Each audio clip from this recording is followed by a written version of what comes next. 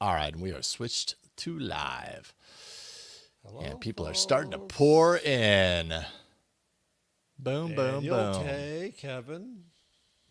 Hello, everybody. Hey, Sean, we got folks. Daniel, we got Tay, we got Kevin, we got standard StreamYard boilerplate.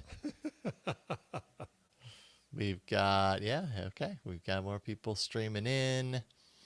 Looks like the Twitter connection is working is working in a strong way. It continues to jump those numbers. It's awesome that we figured that out. Yeah, so left the house at like 6:30 yesterday. Got home at 10:30. Finally got the episode of Android Faithful published at like 12:30, and then went to bed, and then had to wake up at 6 o'clock this morning. So it was like coffee first thing. It was You're like a coffee's young my only. guy, Jason. You can do it. I'm young-ish, I guess. Thank you for saying Hi, that. Beth. Coming in from Facebook. Oh, right on. Hi, Beth. Welcome. Good to have you here. Hi, Rob. Hi, Rob. Good. Yeah, so I'm Love streaming on it. Facebook and Twitter at this time. Excellent. Are you doing like hopping between different ones to see how they do? Is that kind of No, I just see it's interesting that the comments come up here on StreamYard from Facebook. Yeah, they're integrated in. I mean, you'd probably also see them if you were parked on the Facebook page, but yeah, they integrate in. Everyone also let us know if the audio sounds okay. When I do these location things like I did yesterday, I went down to Mountain View for the Google event. I disassemble some pieces of my studio to take it with me. And then when I put it together, I'm always crossing my fingers that I put it together well enough for things not to be totally out of whack. And I think I got it. I think I need to simplify the kit. Real quick before we start. We did the event, and then we went to a rented office space to record kind of like our thoughts, the kind of last half of the podcast, our impressions of the event and all the devices and everything. I brought my 2 DSLR cameras and set them up, the nice fancy cameras.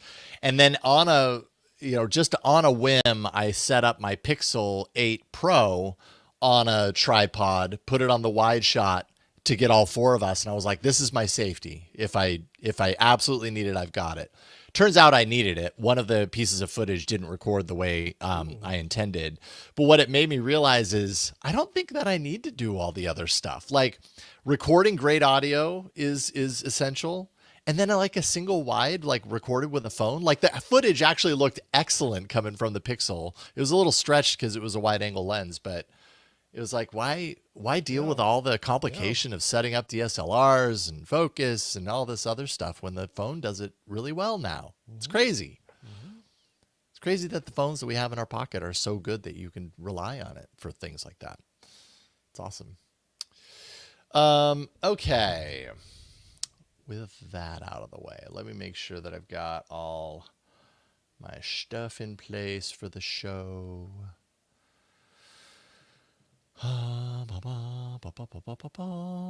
So doing the event coverage yesterday, I mean, I guess we'll talk about your thoughts about the event itself, but how did Restream go? Like that was your first experience with it? I really liked it. Yeah. Yeah, and we could see the comments from all the platforms. I couldn't comment back in Restream, just as I don't think I can. From Yeah, here. you can. I think you can. Yeah, I can here. Yeah. Yeah. That was different. I could also on Restream, I could retweet to any number of platforms, restream to many platforms. So as a guest, you are also still allowed to rebroadcast to wherever you want. Yeah, that's nice. So that was nice. And Leo had pretty good controls. Okay.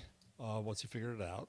Yeah, it seems like the video quality is better than what we get out of StreamYard. Sometimes I look at the StreamYard kind of end result on like YouTube or whatever, and they say it's 1080p HD, but I just don't buy it. Like the on-screen graphics are, but our cameras look way SD a lot of the times. Yeah. And I feel like with Restream, what I saw of it, things look really sharp. So does it cost a lot? Well, I think I need to look at the price again, but my memory is that it costs about the same as, StreamYard, which, I paid $400 some odd for the year for StreamYard. So I would have to pay again in order to do Restream. I should pay you part of that, Jason. I forgot about that. Yeah. Okay. So let's have that conversation. So look at your expenses. Yeah. I know you asked me that so many months ago, and then I failed to ever get back to you on it, which is just my thing, I guess. It's hard to be that person for me. Anyways, yeah, we'll talk about it off stream. Real quick before we do start, I have witnesses, folks. I know. It's hard. It's uncomfortable for me to be to be in that role, but that's probably why I need to do it. Real quick before we start. So today I think I'm going to try that at the end of the podcast, I put up this little graphic thing, which helps on YouTube for me to do like overlay stuff. And the challenge is all the extra steps in YouTube that we include take time. So I can't even edit the YouTube video until tomorrow. And then if I chop off the top and tail, then I have to wait another like 6 hours before I can then do that end screen thing correctly. So I think at the end of today's podcast, I'm going to try just ending the stream when the show is done. So you get pre-show, post-show hardly ever amounts to very much anyways.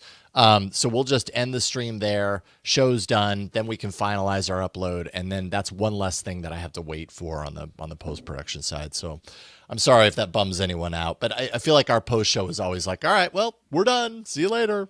So MX4211 says my audio needs to come up a bit. Okay. Sure. Turn it up. Yeah. If people are saying you're a little bit lower than I am. Well, I have. Okay. How is that? Ooh, that's more. How does that? That is definitely more. I don't have my leveler thing. Okay. Let me turn myself down just a tiny bit. MX4211. Can you say how that is in the comments? Much better, you say. Thank you very much. Not too hot. Okay. Yeah. I mean, the other question I have is, are we overmodulating? Is it distorting at all? Are we so loud that it's kind of crackly and brittle? But it seems like everybody says for you Howard Stern fans out there, we want to check the modulation.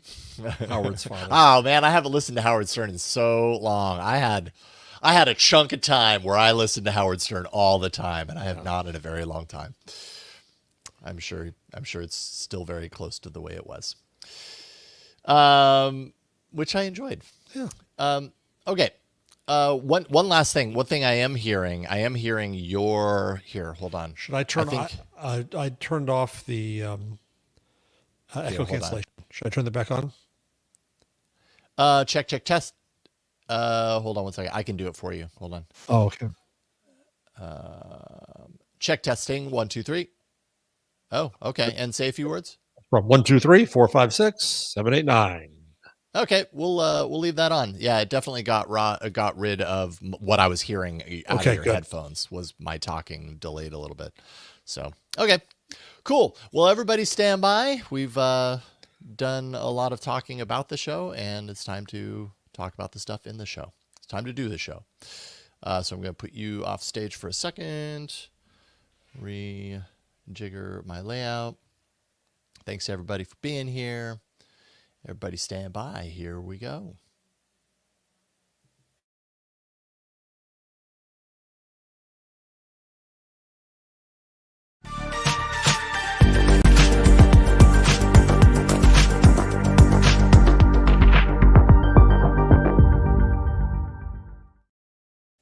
What's going on, everybody? I'm Jason Howell, and welcome to another episode of AI Inside, the show where we take a look at the AI sprinkled inside so many things, Google edition, because Google had an event yesterday, which we're definitely going to talk about, and it sprinkled AI throughout everything. But we already kind of knew that they were doing that.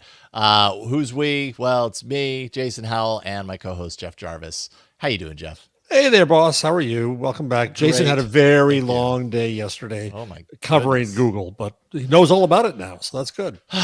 Yeah, no, it was a lot of fun. It was my first my first opportunity to attend one of Google's hardware events. I've covered them for years. You did live coverage online for Twit as well. I've done that thing so many times. It was kind of nice to be in the room, in the room where it happened. Not switching cameras and stuff as it goes on. Yeah. Yeah, totally. And to get, kind of there were a couple of moments which we can talk about when we get there, but a couple of moments where, the audience reaction to certain things that were happening on stage to kind of get that, the ability to get a window into that instead of like the full mix that you get when it's streamed and everything. So it was cool. Yeah. It was fun to be there. Was there any swag besides phones or besides gadgets? Any new beanies or anything? No, nothing like that. I mean, the old fun days are gone. There was, I got a paper bag that says Google on it, so that's neat, I guess. But. How was the food? Did they have food? Oh my goodness. Okay, food. We don't have to spend a lot of time on this, but it is notable. They didn't really. If they communicated something about food, I have no idea where they communicated it, because suddenly it was like 2:00 and I hadn't eaten since like 6:30 in the morning. And I was like, okay, I can't finish here until I eat some food. And, thankfully, some friends who were there, Rich DeMuro, Ron Richards, Michelle Rahman, went scoping. Apparently, they had food in a very specific area, but as far as I could tell, they didn't tell people, and it was not very good. Like, I got this Reuben, and the bread was like sticky on the outside. It was like the wetness from the inside had penetrated through to the outside. But you were so I didn't eat it. Oh, you didn't. But I did find a peanut butter and jelly sandwich, which was something, and that was actually okay. It ain't the Google it used to be, man. No, big time. I mean, at that event, I've had great food at other Google events. Yeah. So who knows? Who knows? So what did you think of the event? I'm eager to hear you, because you're the expert in Android and stuff. I'm eager to hear yours first. Then I'll give you mine. Okay. Should we get to that here in a second? Do your stuff. Yes. Sorry. I want to do a few top of the show stuff. That's coming up here in just like 60 seconds. Before we get started, thank you to those who support us directly on Patreon. Patreon.com/AI Inside Show. Robert Frisk. I'm sorry, I don't know how to pronounce your last name, but regardless, you are awesome, no matter how you pronounce it, for supporting us. Patreon.com/AI Inside Show. And in general, rate, review, subscribe wherever you can. But I do have some new information along these lines. Pocket Casts, I found out, which is, according to the listener survey that we just did, the podcatcher that we have the most listeners subscribed through. Pocket Cast now has the ability to review podcasts, or rather not give a full review, but at least give a rating. So if you go into your app, you should be able to find for AI Inside this little pull down that will give you the description of the show, and right next to it is rate it. I'm happy to say we have 25 ratings so far, 5.0 stars, so that's amazing. But that's just another area that you can go into to leave your impressions of the show. Love to get that number up there. Whatever you feel about it. I'm not telling you have to give us 5 stars, but go in there and share your rating. That tells Pocket Cast, that we have a live, active, engaged audience, and tells other people, hey, this might be a good podcast to subscribe to. So we appreciate that. All right. And with that out of the way, all right, so let's get to the fun stuff. Yeah. I was in Mountain View for Made by Google, their latest hardware event. They do this every year. It's a little earlier than normal this year. I think often this is in October, but this year it's in August. They wanted to beat Apple. Yeah, it kind of feels that way. It definitely feels that way. But they announced, their full new lineup of Pixel 9 devices. They announced their latest Fold device, Pixel Buds Pro 2 or Buds 2 Pro. I can't get the name straight. It's really hard. And then what else? The watch. Oh, the Pixel Watch 3. And it was yes, new devices, but as you can imagine, the entire event was sprinkled with artificial intelligence hooks everywhere you looked. I mean, it was just a gallery for Gemini features, essentially, and the Tensor chip and the A1 chip and the headphones that all kind of interplay with their advancements in artificial intelligence. And you covered it for Twit. I was there in the room while it was all going on, and yeah, I mean, I thought it was a pretty good event. I'm curious, having been in the room, how you felt about it kind of at a distance, watching it on the screen the way that I'm used to experiencing those events. What did you What think? struck me was how much the hardware was not an afterthought, but was later in the show. That at the beginning, it was a lot of AI talk, but it was also trying to put the device into a stack. And it's a stack that Google has all the parts of, right? It has the online stuff, but it also has the things that can now happen on the device. And it's all related to Gemini, and it's all related to AI. And so this is just one piece of the puzzle, one layer of the Napoleon, where it was going. So I found that really interesting that they spent the first, 40 minutes, 50 minutes before they even got to the hardware. So it was really more of a, I wouldn't say it was a platform, because so much of what's occurring is going to occur on your device again. So to me, it was a stack show, and then the device I think was good. They said, sometimes you wonder if they're telling the truth. They said that it was going to be live demos, and then when it screws up twice, it's a live demo. Yeah. Yeah, I mean, they did have the first demo that they showed. Was it the first? I want to say it was an earlier demo. One, yeah. It was like, all right, here we go. Anytime, and they called it out with a little thing up at the top that said live demo, and we're talking AI. They pointed out multiple times, like, this is Gemini, it's AI, so we aren't actually entirely sure what it's going to spit out. But in that demo that you're talking about, and I can't remember off the top of my head. It was live.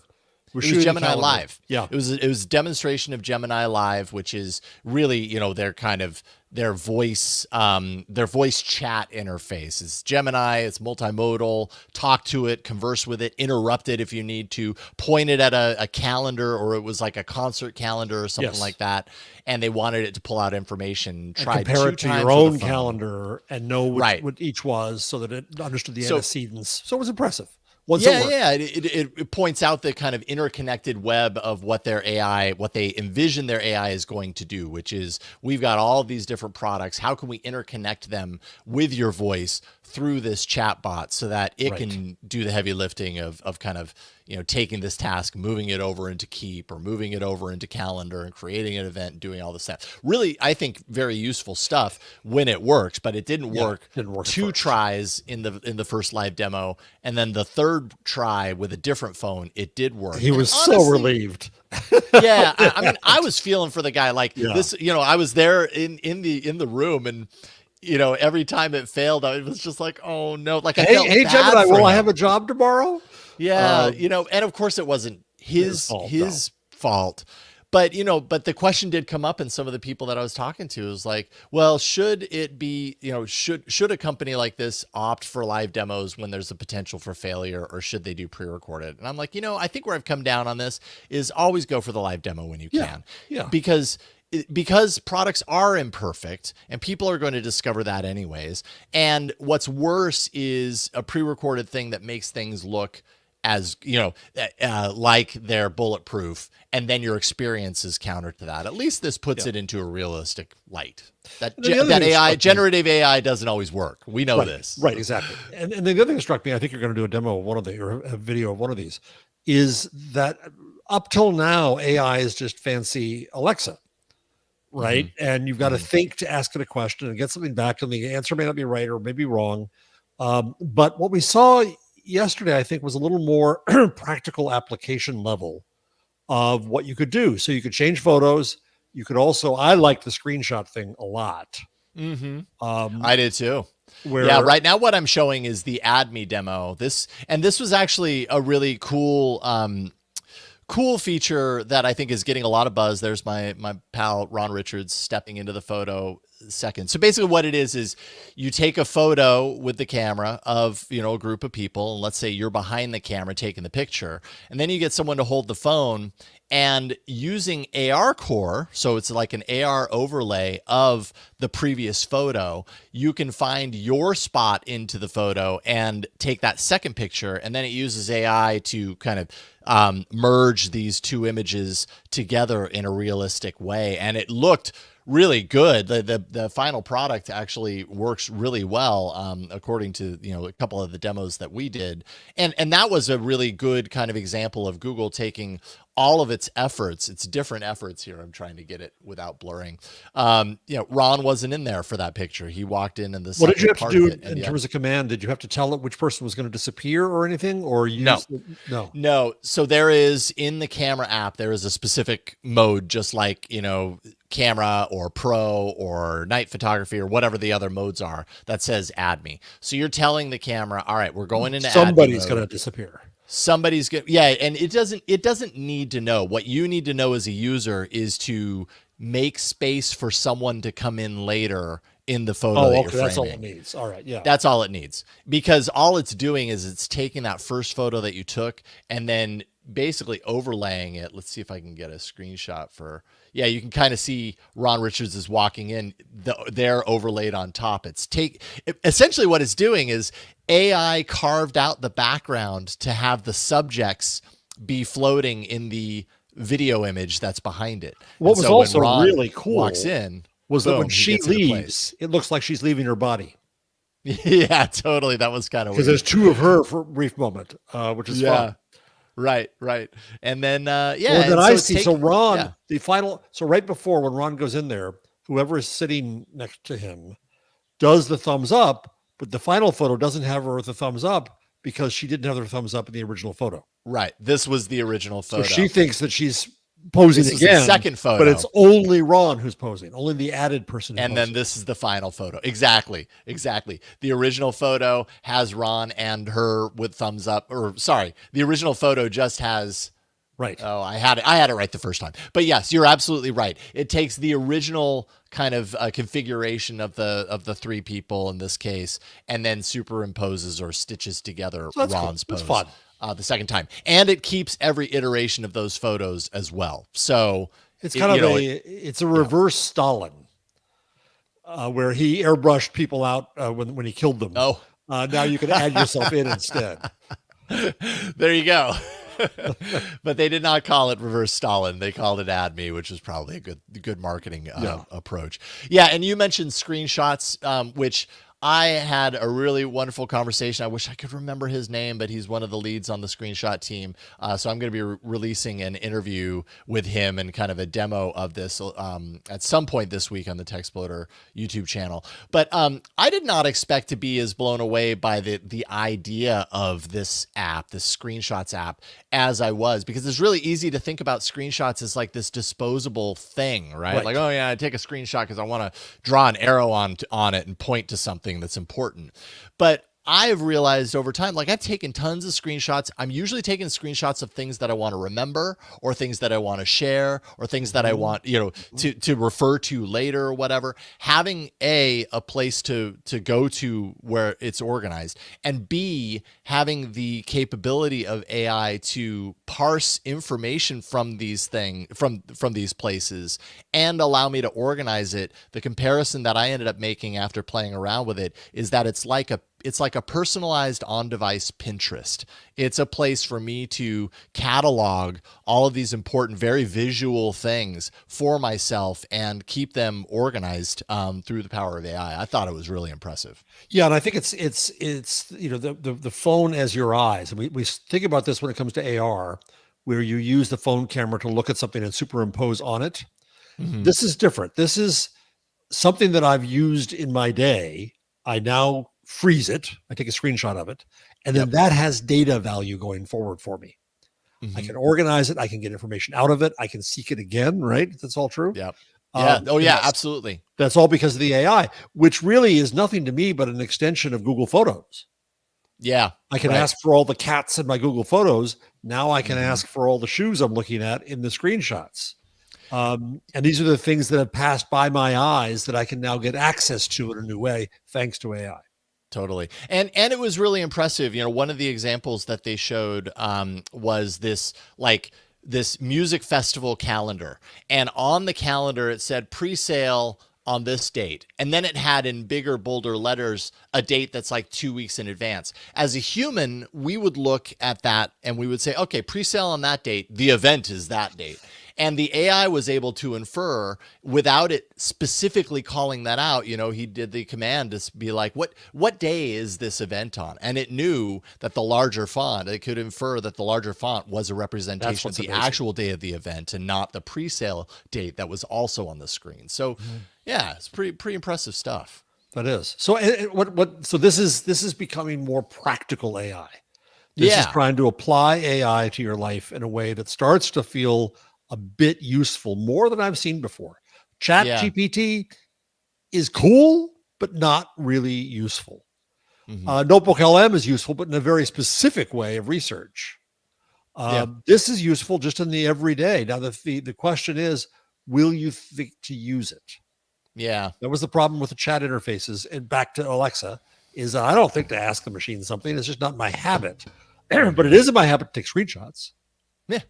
And if you're taking screenshots, I'm guessing on the Pixel phone, like I don't know this specifically, I didn't see it, but I'm guessing as you take your first couple of screenshots, it might say your screenshots are saved in the new screenshots app, you know, to kind of alert you that it exists and to go in there and then to recognize like what's going on there, you know. And there's other stupid stuff that I wonder whether it changes my habits. Like I often take pictures, especially when I was still working in a regular office, of whiteboards. Oh yeah, there you go. That's a and how could this? I wonder what it could do with that. Can it translate it? Can it read it back to me? Can it summarize it? Oh, you know, my handwriting probably not.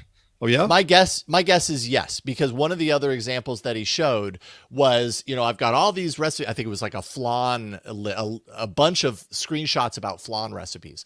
One of the recipes had a little piece of paper about a third of the size of the image with a handwritten, hand scrawled recipe on it. And one of the queries that he was able to do reached into that photo, was able to detect the words that were, you know, handwritten on there and pull the pertinent information and say, these are the ingredients you're going to need for the flan. Jeez, wow. And so if you're able to point it at a whiteboard, absolutely. I think that's, unless you got someone with total chicken scratch, really you know? bad handwriting, really bad handwriting.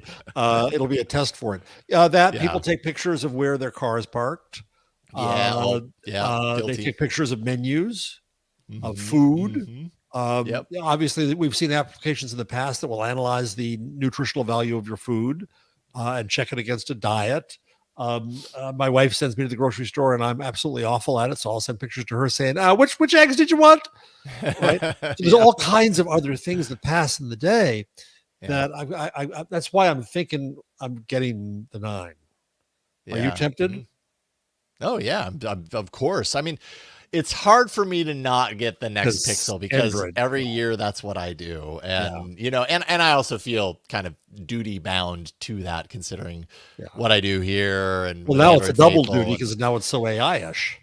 Yeah, totally. So yes, absolutely. I do also did also want to point out, I thought this was kind of interesting. So they pointed out a feature, which I don't have footage for right now anyways, called Reimagine, which is essentially like Mid-Journey on your device, right? It's the ability to take a photo that you have in your photo roll and say, you know what? I want to change the sky to clouds instead of sunny, or change make the field full of petunias or whatever. And it reimagines this stuff. And one question that I had that I got the answer on was like, usually we're used to seeing services like that be free to a certain point. Yeah, you get about 50 generations. Then you got to pay for a monthly thing to kind of whatever. And here, that's not the case. And a lot of that is happening on the device. I couldn't get a clear answer as far as whether the image generation is entirely on the device or if it's putting part of that into the cloud.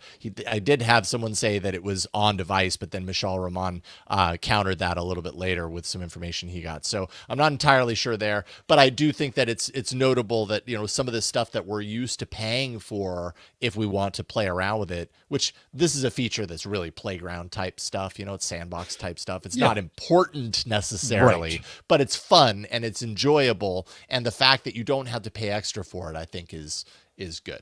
You know, I'm happy to hear that. Yeah. Yeah. Cool. But you do have to pay extra for some of the other features. Well, Off the top of my if you head, want the Mondo Gemini on the phone, I think you yeah, have to pay $20 a month, which is not cheap. yeah, $20 a month And you've for already bought the Gemini phone, Advanced. right? If you get some of the new phones, though, you get a year's, and this is smart, you get a Oh, year's worth of Gemini oh, Advanced you do? included. Oh, I didn't hear that And yesterday. you Oh, get 2 terabytes of cloud storage for a year.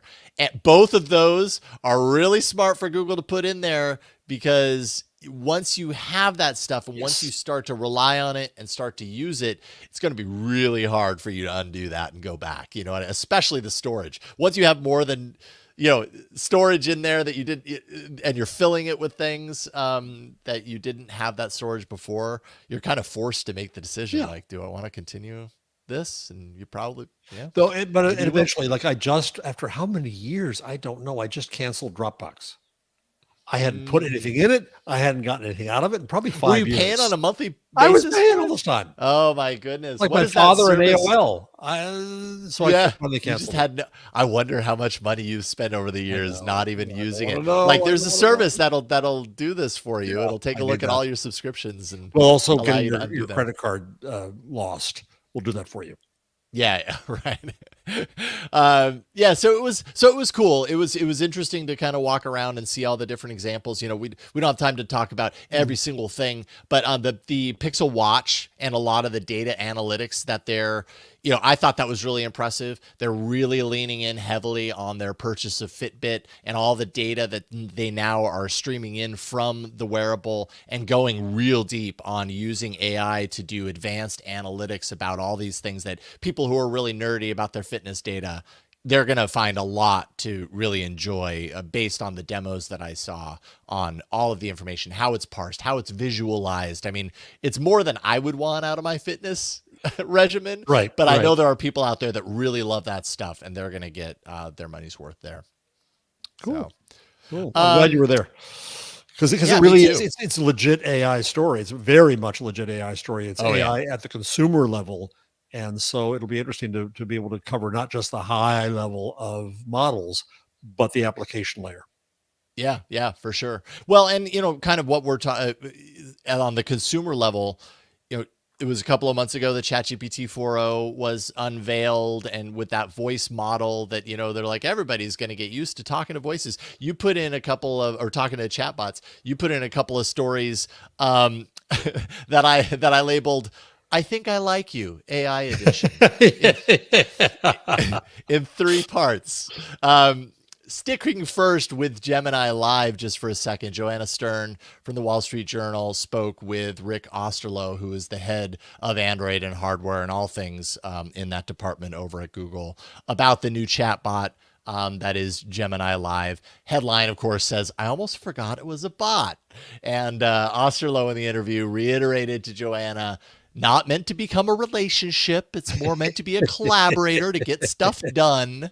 But okay, but time and time again, this idea, this topic comes up, like, as these chatbots become more human like, as the push is to make the chatbots more human in the kind of conversant nature of them, the more we as humans might find ourselves getting attached to chatbots. Mm-hmm. I mean, I don't know if I would ever fall into that category. I'm not saying I Ah, wouldn't. I don't know for sure. Like, I don't know anything for sure. I would guess that I wouldn't, but somebody out there would and will. oh I think yeah, it's bound yeah, to they happen. will. I just don't see it happening at a relationship level. I see it happening at a Yeah. help level. It's like you have a really good assistant. I get that. Mm-hmm. Mm-hmm. I could get addicted to saying, "Oh, they do that for me. That application, that agent does that for me." I get being kind of attached to that, but not at an emotional level, not at a relationship level. Yeah. And I'm not trying to call. I don't. The word I like least in technological criticism is creepy because it's a Yeah. I meaningless know. I've, word. I've It been doesn't trying really not to say say that. anything. I really do try to avoid it. Yeah. But I Me too. start to get about if a company tries hard to replace your friends, as we saw with the friend device a few weeks ago on the Mm-hmm. show, as Eric Schmidt used to call it, it does start to tickle the creepy line. Yeah, yeah. Well, these other two stories definitely dive into exactly what you're talking about. We've got OpenAI's ChatGPT 4o, which, by the way, Google seems to have beaten to the punch with its wide rollout of Gemini Live. So there's that. You know, I think the GPT 4o voice interaction model is more like a limited, like demo beta sort of state at this point, if I'm not mistaken. But OpenAI posted on its system card blog about red teaming its chatbot and looking at, you know, risk assessment for its GPT 4o, one of those being anthropomorphization. Very good. Very good. Morphization, Yeah, you got it. You got it. anthropomorphization. Nailed. There we go. I had one extra syllable. And emotional resilience, or sorry, reliance. So emotional reliance, relying on it for emotional support or connecting with it in that anthropomorphized way to where we begin to potentially, or people begin to have some sort of emotional connection to it. They said during our early testing, we observed users using language that might indicate forming connections with the model. For example, this includes language expressing shared bonds, such as, "This is our last day together." Oh, I pine for the day, dear AI. Also points out, and I think this is really important, the deferential nature of AI chatbots Yes. and how that could impact users in real life relationships. Things like interrupting, things like, you know, men, and I think this is one example that has been pointed out is, you know, men having a chatbot that will never say no to them. And Right. what does Right. that do? And I guess that goes for anyone, but you know, often the example is like, how does that impact them outside of that relationship with their actual human relationships, if this is kind of a practice ground for relationships for some people potentially? Yeah, it's as you're talking about this. What's fascinates me is I think back to the early days of using computers at a consumer level. Um, you had to give the exact right answer every semicolon in the right spot, or you wouldn't get what you wanted. And if Mm-hmm. you didn't get what you wanted on the computer, it was up to you to figure out what you did wrong, because there was a right Mm-hmm. answer waiting there for you. But unless you gave the right command, you would not get what you wanted. Right Mm-hmm. now, we have machines that are built to always try to give you what you want, even if they actually shouldn't because they're wrong, but they Mm-hmm. do. Mm-hmm. And Mm-hmm. I don't know, I got to think that through a little more, but it's fundamentally a different relationship with the machine. It is. It is. Yeah, it's really interesting. I mean, an AI is never going to tell you no. I mean, unless there is a guardrail built in specifically Right. for a certain thing. And AI's, you know, like an LLM or a voice chatbot or whatever, their job is to give you an answer. Yes. And, you know, in To a please real you. human relationship, we could overstep a boundary and that person is going to say, no, you know what? I'm not going to do that. Or I'm not Right. going to talk to you anymore. That's crossing a line. And AI, it's just not in the nature of the way these chatbots are built to hit that line unless they're specifically told they need Yes, to at a exactly. certain point. Which, as we've discussed many times, Hmm. is impossible to imagine every case where Right. you try to lead them Exactly. astray. And Yeah. even if you just tried to ask a database, you know, LexisNexis for a fact, and nope, I don't have the fact. Hmm. These machines will make it up. Hmm. They will Yep. always try to please you. So Yeah. to an egotistical species such as ours, especially our half of it, Jason, as men, Yeah. yeah, I think there's some uh, sociological risk. Yeah. Some caution to Yeah, heed yeah, potentially. it's really Yeah. interesting. And However, I mhm. also think in the OpenAI story, OpenAI is constantly playing this X risk game Yeah. where Yeah. we are did something wonderful. Oh, it's so wonderful, it's dangerous, and Yes. we're so Right. powerful, you can't imagine our power. But we'll be okay with it It's because we'll great. control it. It's too great. Yeah, We'll help but you we are though so through its great greatness. that we can solve this for you.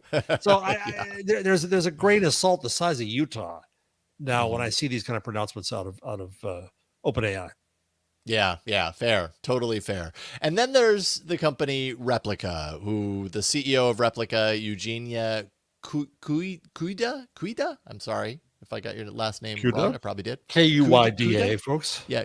Yeah, there you go. Spoke with The Verge's Nilay Patel on the Decoder podcast. Talks a lot about virtual relationships. You know, all as we are right now. There were, by the way, I searched the transcript, 56 mentions of the word relationships. So this is a real big deal in at this side of AI, and I guess that's, you know, largely what Replika is kind of about, is creating these chatbots that you can converse with for all different kinds of things. That does include, you know, there are some like NSFW chatbots. They had removed that capability for a while and then apparently put that back in when people, you know, revolted because they wanted that in there. I think the reason that they revolted is because it was mentally, or it was bad for their mental state, you know, that which may allude to the fact that they had come to rely on or have some sort of dependence on this virtual relationship, that once they don't have it, you know, it's bad for my mental state. All this stuff was discussed in the interview. Kuyda believes the idea of having marriage-like relationships with chatbots is acceptable, given that it improves emotional well-being and happiness. So there's that until you realize that you're sad that you don't really have a human being and this is all you have. I'm not sure that's gonna. I don't think there's any data that can possibly have them say that they know what the end result is going to be. Oh yeah, at this stage especially. I mean, I think way there's it's probably sadder. some people who would be okay with that fact. You know, some people who are just like, you know what, it kind of going back to what we were saying. A human. There's potential in human relationships for very uncomfortable moments. A human could say no to me, and I don't like that. This relationship, I never hear the word no. Right. You know, I'm never put into an uncomfortable position. Nilay asks, how mean can you be to a replica before it leaves you? And she replies, I think the beauty of this technology is that it doesn't leave you, and it shouldn't. Yeah. And what does that reinforce? Right. What does that reinforce in a person if this is kind of a practice ground for relationships, which we've heard some people say, like, oh, this can help people who are, you know, are uncomfortable in relationships kind of get some practice and maybe eventually transition into the real world relationships with what they learn. This would instill very bad habits. Potentially. Yeah. And it, you know, I'm getting a foreshadowing of the moral panic to come here, because you look at what was thought about violence on movies, violence in television, violence in video games, violence in music lyrics, right? All those things where somehow the machine would corrupt us. And in this case, it's not the violence in the program, it's the tolerance it will have for it. Yeah, right. And so I can't be mean to human beings, but I'm going to be mean as a son of a bitch to you, machine. I didn't mean to start an accent there. And that's interesting, because it's the thing that fascinates me about AI, and this is what I'm going to be working on other projects in the future, is how it reflects on us. Mm-hmm. It doesn't do it itself. It doesn't have this essence. It has no intent. But by what we have it do, or by what we do to it, it reflects on us. Yeah. Yeah. So we'll see where this goes. Totally true. But yeah, I'm glad I'm already married. I ain't marrying the replica. No, neither am I. Neither am I. All right, we are going to take a quick break. Then when we come back, we're going to talk a little bit about a California AI bill that people are very divided on. That's coming up in a second. All right, so I'm here in sunny California. I'm looking out the window. It's nice and sunny outside. And I think that's just what you say when here in beautiful California. There's an AI bill called the Safe and Secure Innovation for Frontier Artificial Intelligence Models. That act. Which stands for? SSIFAIMA. Is it? It's not a word. They didn't went through all of that. They didn't come up with an acronym. I know. I'm reading it. Yes. I mean, it's SSIF. So SIFAMA. You know, SIFAMA. This is hearing the word SIFAMA through a different light. Anyways, it highlights critical harms, in quotes, things like cyber attacks, mass casualties, that line of stuff, makes developers or would make developers liable for its safety measures, to enforce safety measures to pretend or to protect against these critical harms. People who support this say establishing guardrails ahead of a catastrophe is a good thing. That includes the Center for AI Safety, who says public opinion polls show the majority of Californians support this legislation. And opponents say it stifles innovation. Of course, a lot of people in the world of technology are opposing this because it would slow down their development of the AI systems that they're building. It's not just that. I mean, I've talked about guardrails on this show a lot.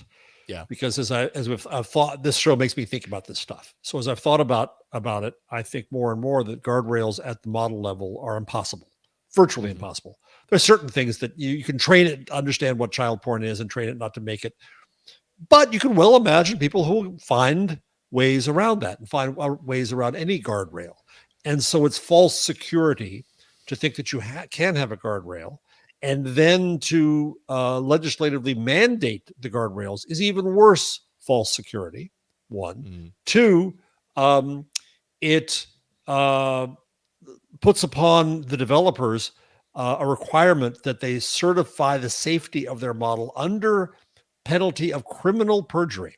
Yeah. So what that means, I think, is a few things. One is I think a lot of the development in AI will leave California, that the headquarters of it will be elsewhere. And that I think, just as if there's two bills now that I've talked about before on news in California, if either of them passes, Meta will cut off news in the state of California, as it did in the country of Canada.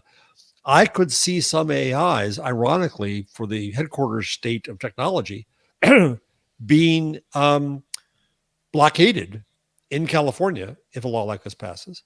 I also see a danger to open source, because the belief against open source is, well, you can get around the guardrails. Well, now if you're making a model and you open source it, you even more than ever can't control what's done with it. And so you're not going to open source it. And so it becomes regulatory capture for the big guys. It is, I hesitate to say well-intentioned, but it's well-intentioned legislation that is ignorant and has unintended consequences up the yin-yang, and just doesn't understand, I think, the stack of where today's stack's the day of the word of the day. That the model level, the application level, the user level, they haven't thought through where the bad stuff could happen. They presume it's the technology level. It's like saying to Johannes Gutenberg, nobody better ever do anything bad with this, and you're responsible for the rest of eternity, Johannes. You're going to burn in hell, which he may be doing because Martin Luther came later, for what your tool and technology does. It's ignorant of history. And I hate this bill. Feifei Li, who's called the godmother of AI, has written against it. But then you see Gary Marcus is coming back, kind of begging her to be in favor of parts of this. So it's a very real debate that's occurring.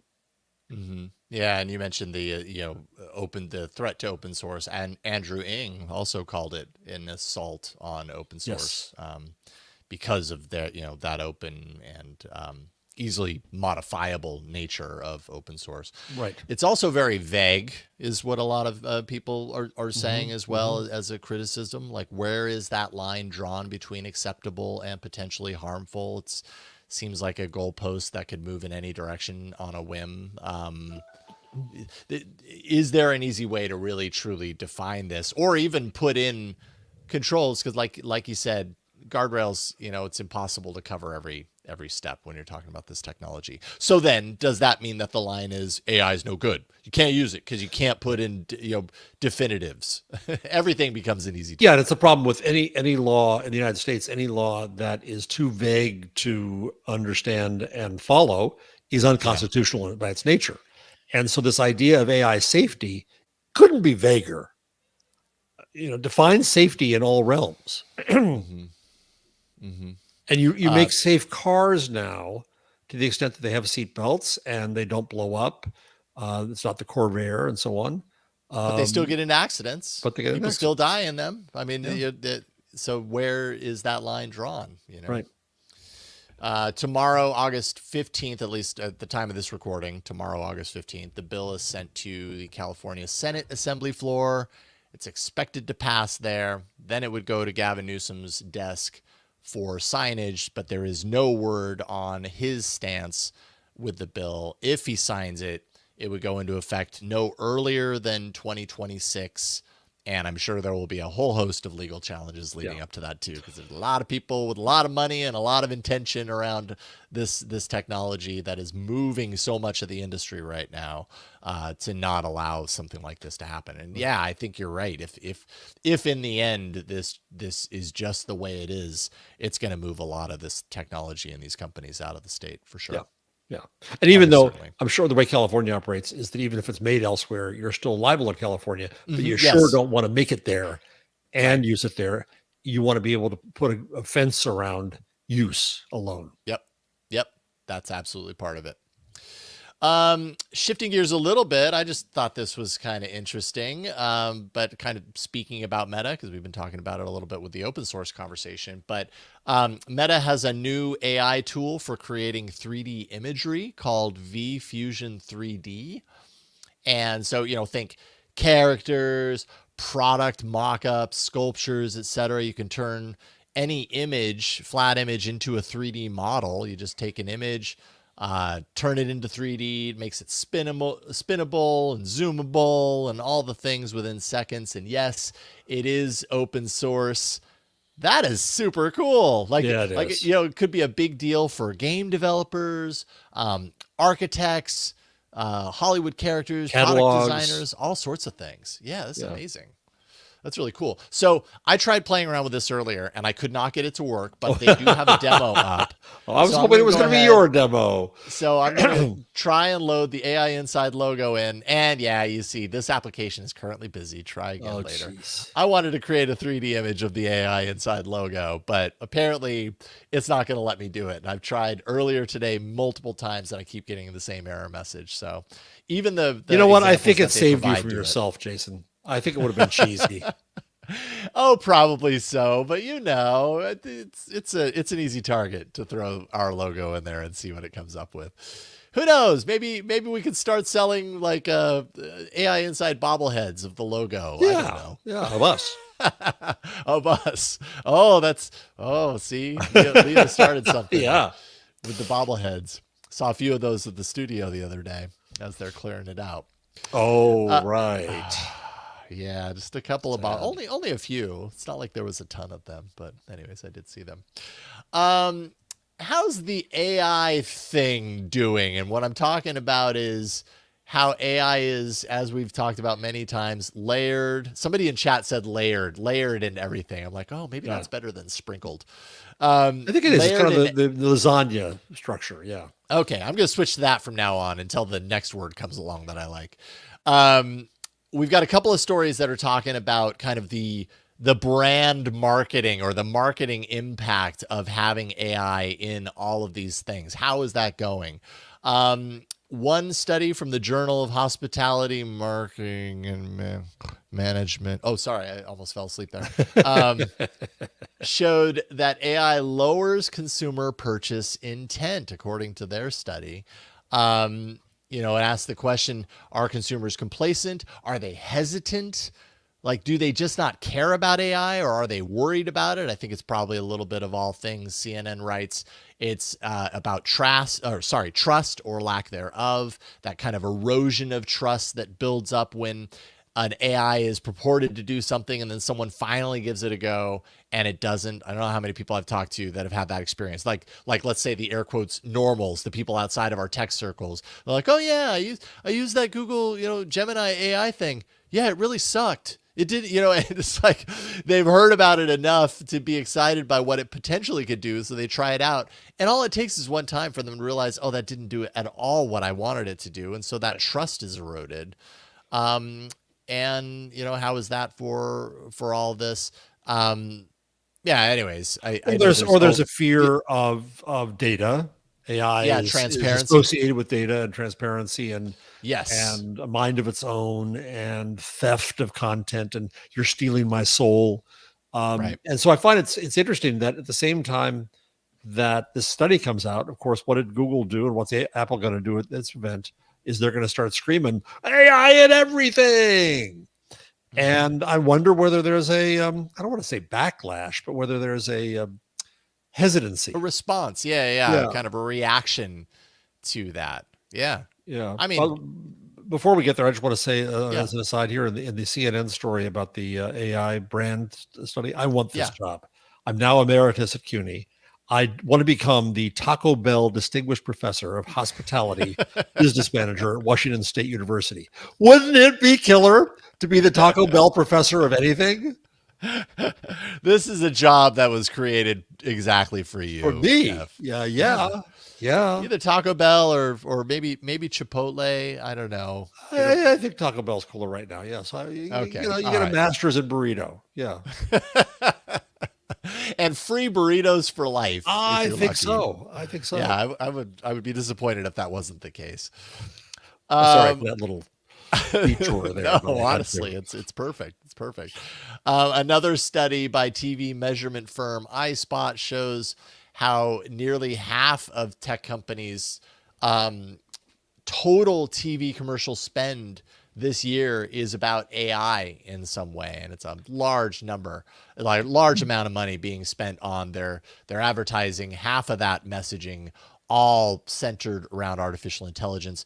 Of course, the Olympics was a really great example of this. If you Mhm. watched enough Olympics, you saw a ton of big tech talking about their AI. Meta had its AI chatbot all over the place. Google had its kind of notable moment where it had the Gemini writing that heartfelt letter for the kid to her personal hero, and everybody responded saying, if it's so heartfelt, why are you going to have your AI write it for you? Like, teach the kid a lesson, write from your heart yourself. And they ended up pulling the ad in response to that. But But yeah, even yesterday, they still demonstrated more letter writing, yeah, not they did. personal, but memo writing, kind of. Yeah, well, which I'm happy that you bring that up, because as I was watching that, so the two examples that they gave, if I can remember them off the top of my head, one was you're a student in Right. your college course and you're sick and you want to ask for extra time. So Right. write me a letter to my professor that says I was sick. Can I have some extra time to finish my assignment?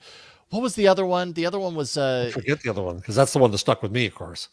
yeah, yeah, yeah. Oh man, off the top of my head, I can't remember, but um, and it'll come to me later. I have it written down somewhere. But the point that I kind of thought of at that moment is, there's a lot of reaction to these things where it's like, oh, it's so inauthentic to like have an AI chat or an AI, LLM write this letter for you. Yes, it happens in a couple of seconds, but like, we're human beings. Why can't we just write our own things? And I guess the question that I'm kind of tossing around is, are there certain types of communication that we encounter and involve ourselves with on a daily basis that don't require authenticity? That really Yes, just yes, are that's a good more point. about the message than they are about being authentic. And granted, I don't think that the child having an AI write a letter about heartfelt letter to her fan is the right example of that. But it was the broken AC. It was the broken air conditioner by the tenant to the landlord. And that was the other example. It was like, my air conditioner is broken. I need to write my landlord a letter to say, can you fix it? Can you address this? Like, maybe I don't need to be authentic in that. Maybe it really is about the detail. Like, hey, this happened. You need to fix it. Well, and it's a good case where one does very easily imagine AI agent talking to AI agent. Landlord says, "I have a repair agent." Totally. Tenant says, "Hey, my agent, go tell that agent that I need the air conditioner fixed." And Yeah. then it schedules and it comes back and says, "It'll be 3 o'clock." No, that doesn't work. 2 o'clock, whatever. Negotiates. Do you have an agreement? And boom. I can And see it that happens. being agentic or And agentive, by the way. This is something I learned yesterday. Um, I think it was Rick Osterloh used the word agentive. I've been using the word I missed that. agentic. Yeah. Agentic is more about like a person being an agent. Agentive is evidently the more proper. Because it's agent like. Yes. Right? Yeah. Or agent. Does Tiv Yeah. it's acting in an agent sort of way. Yes. Yes. Yes. Exactly. So agentive. Oh, I like okay. All right. agentic. It sounds better, but fine. Yeah, it does. It does to me too, but that's interesting. I didn't catch the differential there. Yeah, it's interesting. In the example that you just spelled out of these two agents going toe to toe on this problem, as you're talking about it, I'm like, well, you know what? If the problem gets solved, I'm open to that. You know what I mean? Amen. Like, Better no for one's everybody. time was wasted in that. It was like that thing told this thing what the problem was. This thing made the solution happen, But the and the key to this people is the behind it agent, were freed each up. agent has to be authorized. Yeah, So the problem is and that now trustable. when you call into the airline and you know they're reading the script to you, that means that the Yeah, person you're talking to has not been given the authority. They're just kind of trying to wear you down with corporate explanations. sure. So whether you're a human agent or whether you're a computer agent, that doesn't work because they're not authorized to solve the problem. Yep. The question is, can agents be given the authority, trusted by the company in this case, and also by the individual to solve the problem and to do that? And that'll be interesting to see if we advance to that level. Yeah. Yeah. Be curious to Because see. We know companies that. don't trust their own employees to solve the Mhm, problems. Maybe they'll trust mhm. them. Maybe they trust the machine more because they can see the data and they're not listening on the phone line. Maybe that works better. I don't know. Yeah, but that's a lot of trust. Yeah, Like, it is. I even had a hard time with the whole feature, however many years ago, where you had your Alexa in the room. Apologies if I just fired off anyone's, if you even Sorry, still I think I have did that them. twice already. Yeah, That and way.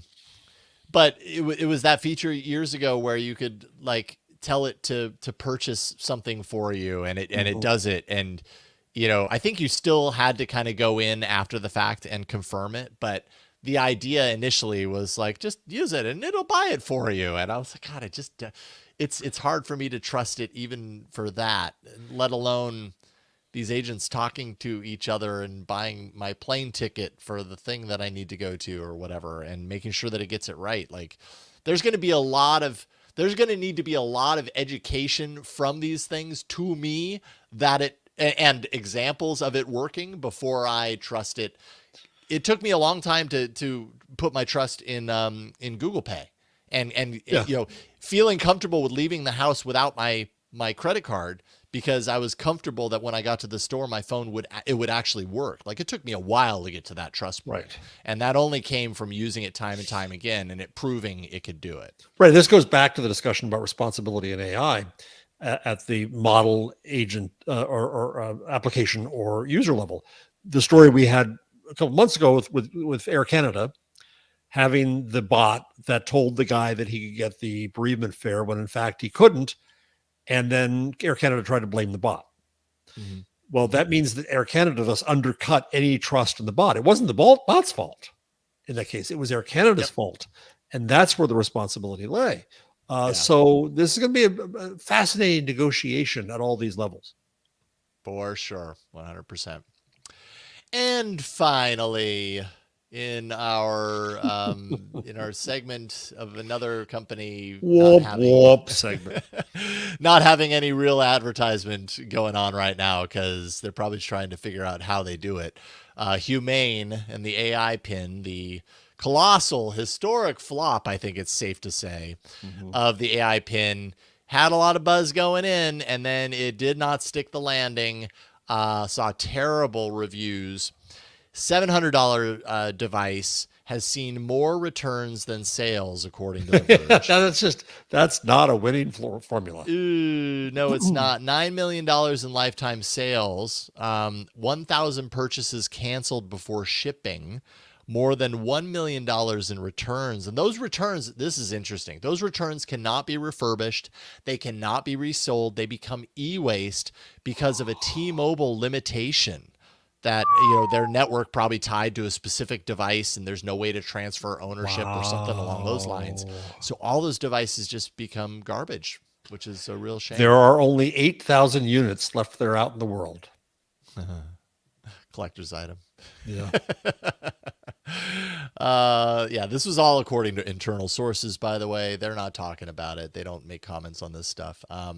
But to put it into a little bit of context, I suppose, the company had raised more than $200 million from investors. So that makes me feel like they probably have a nice little kitty that they're sitting on, even though I think it was a couple of months ago the report was that they were looking for buyers potentially when all the fallout happened. So who knows what's going to happen with Humane, but it's not looking good. Yeah. Yeah. Pour one out for Humane AI pin. All right, well, that's it. We've reached the end of this episode of AI Inside. Great time, have to say. It was a lot of fun talking about Google and all other things AI that Google didn't completely take over the AI conversation this week. But Jeff, you're at Gutenberg parenthesis.com. And I haven't put up a page with my new book yet, coming out this fall, The Web We Weave. But if you Google The Web We Weave in my name, you can find the page where you can buy it. And if you use the code WEB20, you get the discount. So I'll get this all up. No, if you have to Google The Web We Weave in my name. Oh, I don't know what I was thinking. The Web I'm gonna use jeffjarvis.com, but I have to negotiate with my son to help me create the Hachette book group. Right. And if you go there and use the code WEB20, you will get a discount between now and WEB20. Excellent. Yeah. There we go. Hopefully to hit the Gutenberg parenthesis website sometime soon. Until then, yes. Use that tool we're all so familiar with called Google, and you'll find it. Excellent. Can't wait, man. Good stuff. You're so prolific. I love it. That is awesome. I just want to say we've been trying new things with the live stream, and it's going really well. Today we have close to 1,500 live viewers. Hello, everybody. Of this show, which is pretty remarkable stuff. So my plea to all of you watching right now, please go to aiinside.show and subscribe to the podcast. Subscribe, because if you don't catch this live stream, because you're not going to always catch the live stream, right? But I have a feeling you like what you saw and heard today. And if you do, subscribe. You won't miss any more episodes in the future. You'll get them all. We'll be super happy. You can go into Pocket Casts and leave your review or your ratings. You can go into Apple Podcasts and leave your review. All this stuff helps us grow this show, and is so great to have those kind of numbers watching us live. We love having y'all on board. It's great to have you here. You can support on a deeper level if you wish by going to patreon.com/AI Inside Show. And there you can support on any number of different tiers that we have set up for patrons. You get ad-free shows, early access to AI videos that I do for the TechSploder YouTube channel, Discord community, regular hangouts with Jeff and I. I think I have a Zoom hangout coming up later on this week. And then we have executive producers of the show. If you're at a certain tier, you get your name read out at the end of the episode. And you know what? You can put it on your resume. That's fine. Dr. Do, Jeffrey Maricini, WPVM 103.7 in Nashville, North Carolina, and Paul Lang, all supporting us on a deeper level through the Patreon. We can't thank you enough, because that really does enable this show to do what we do. Yeah, thank you all so much. And that is really about it. I think that's all we got for this week. We appreciate you. Thank you for watching and listening. We will both see you next time on another episode of AI Inside. Bye, everybody.